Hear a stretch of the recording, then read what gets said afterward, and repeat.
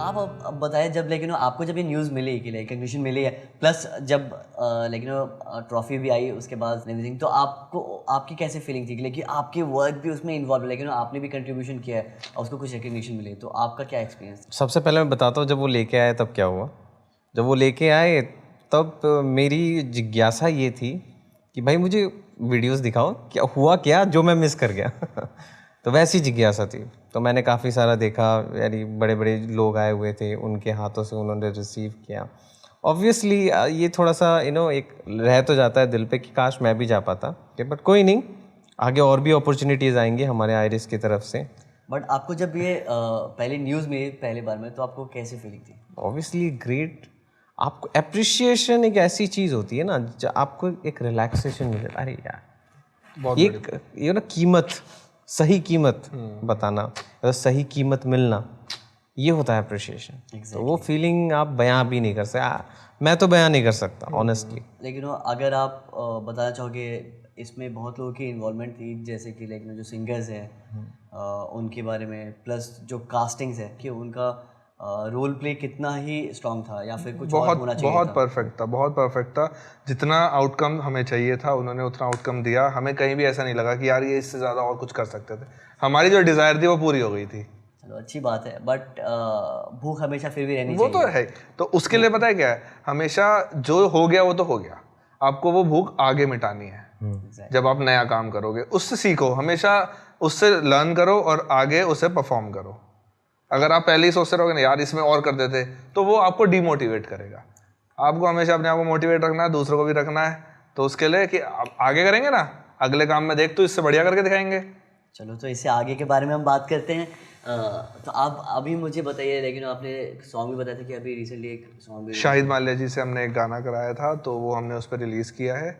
साथ में वो सारे प्लेटफॉर्म्स पर है, एप्पल म्यूज़िक पे भी है, स्पॉटिफाई पे भी है, अच्छा ग्रो कर रहा है। साथ ही अभी एक बहुत न्यू आर्टिस्ट है चैतन्य, जिससे हमने ये नया वाला राम गाना कराया है, पर इसका वीडियो आएगा थोड़े टाइम बाद, तो बहुत जल्द देखने को मिलेगा। चलो अच्छी बात है, तो will be waiting for more news, और शायद से उस पर आपका भी बहुत सारा रोल प्ले होगा। बिल्कुल। आपके ब्लॉग के बारे में मैं आपसे समझना चाहूँगा। मैं 2012 से ट्रैवल कर रहा हूँ। जब मैं 11th या 12th क्लास में था और मैंने अकेले ट्रैवल करना शुरू कर दिया था। छोटे छोटे ट्रिप्स पे जाया करता था, हरिद्वार, ऋषिकेश, मसूरी, हिमाचल में मैक्लोडगंज चले गए। तो वो सिर्फ एक ना टूरिस्ट वाला फील आ रहा था। फिर मैंने बाइक खरीदी और भाई साहब, मतलब बेस्ट फीलिंग जिसे कहते हैं ना, जब मैं बाइक को लेके निकला था। मैं आपको बताता हूँ कि एक मैं ट्रिप पे गया था जिसमें हम 15 लोग थे। सच पास हम गए थे, पहले हम डलहौजी गए, डलहौजी से सच पास गए। उस सच पास के बाद हमारा प्लान था लद्दाख जाने का। मैं अकेला लद्दाख गया हूँ 15 लोगों में। अच्छा, सब बैकआउट कर गए। रीज़न? रास्ता खराब है? सच पास extreme weather.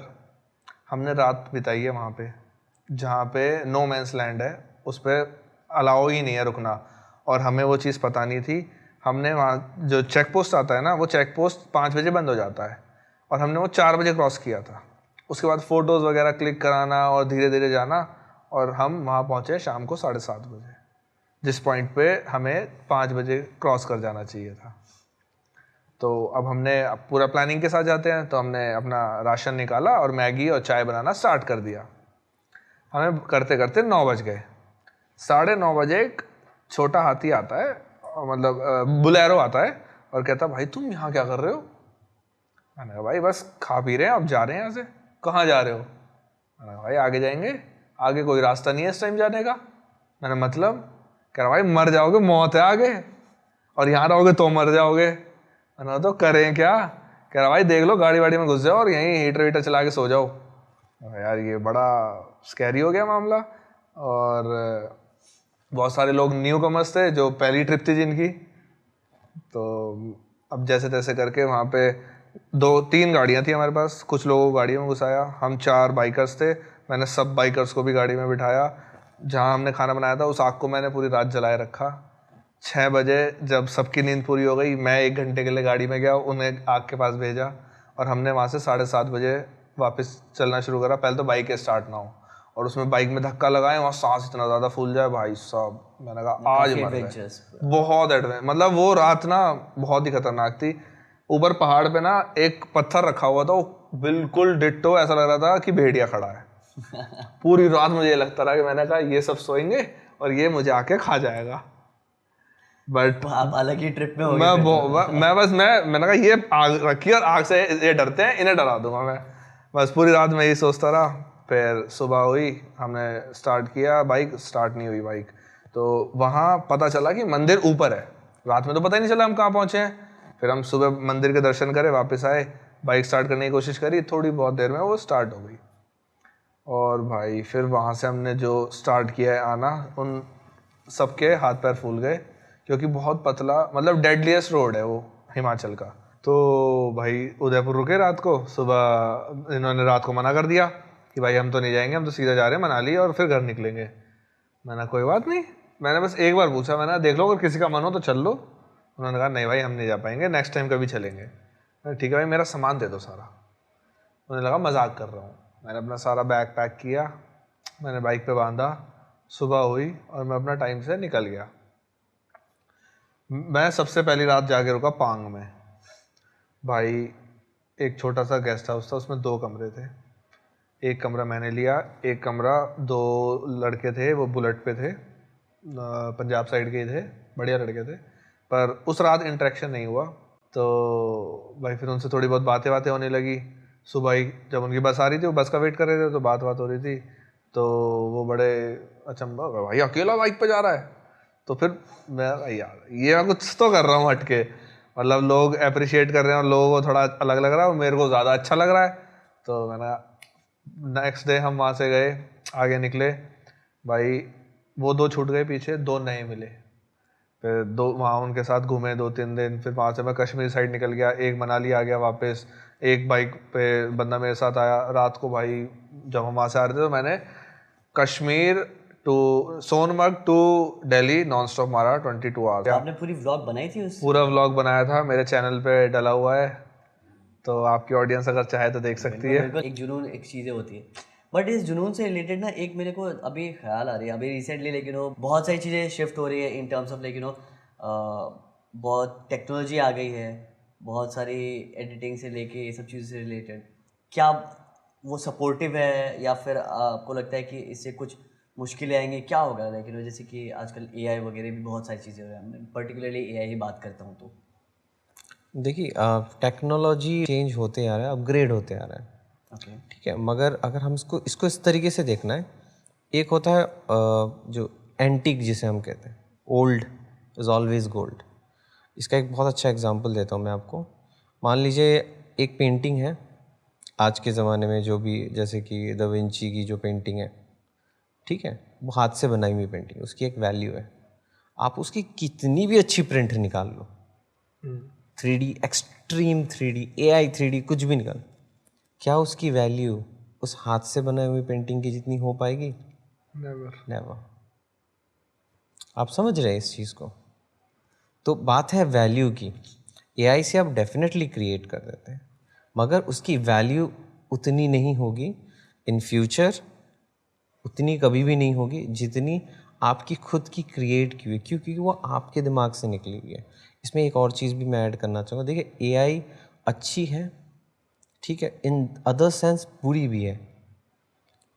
For an example, आप मान लीजिए आप लिखते हैं, आप अभी गाना लिखने के लिए आप क्या करेंगे? आप अपने ब्रेन का इस्तेमाल करेंगे, आप अपने आप को अंदर से खोजेंगे, तब जाके आप एक गाना लिखेंगे। AI आ गया, आपने कुछ नहीं किया अपने लिए, आप अपने आप को जान ही नहीं पाए, आपने तो जस्ट बटन दबाया, टक टक गाना आ गया।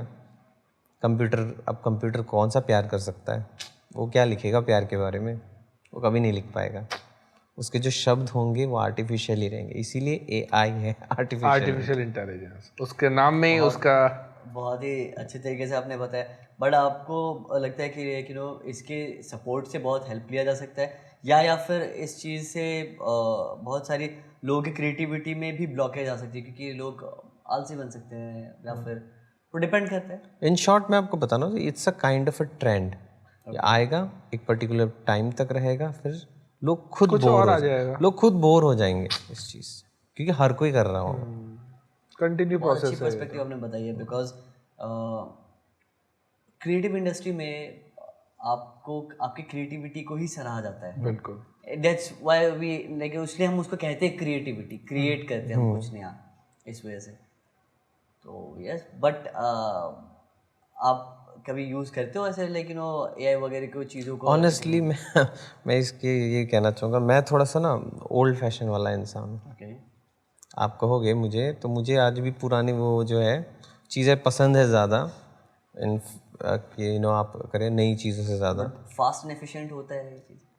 देखो यही तो डिफरेंस है, क्योंकि मैं हूँ क्रिएटिव बंदा, ठीक है। मैं क्रिएटिव पर्सन होने की वजह से मुझे वो चीज़ें ज़्यादा, क्योंकि मैं उन्हीं से प्रभावित हुआ था।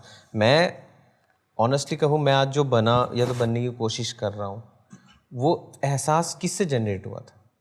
एआई से जनरेट नहीं हुआ था। वो जनरेट हुआ तो उस ओल्ड फैशन वाले से। मेरे दिमाग में हमेशा वही रहता है, वही था मेरा इंस्पिरेशन। वो एंड तक, मेरे मरते दम तक वही इंस्पिरेशन रहेगा, वही मुझे पुश करेगा।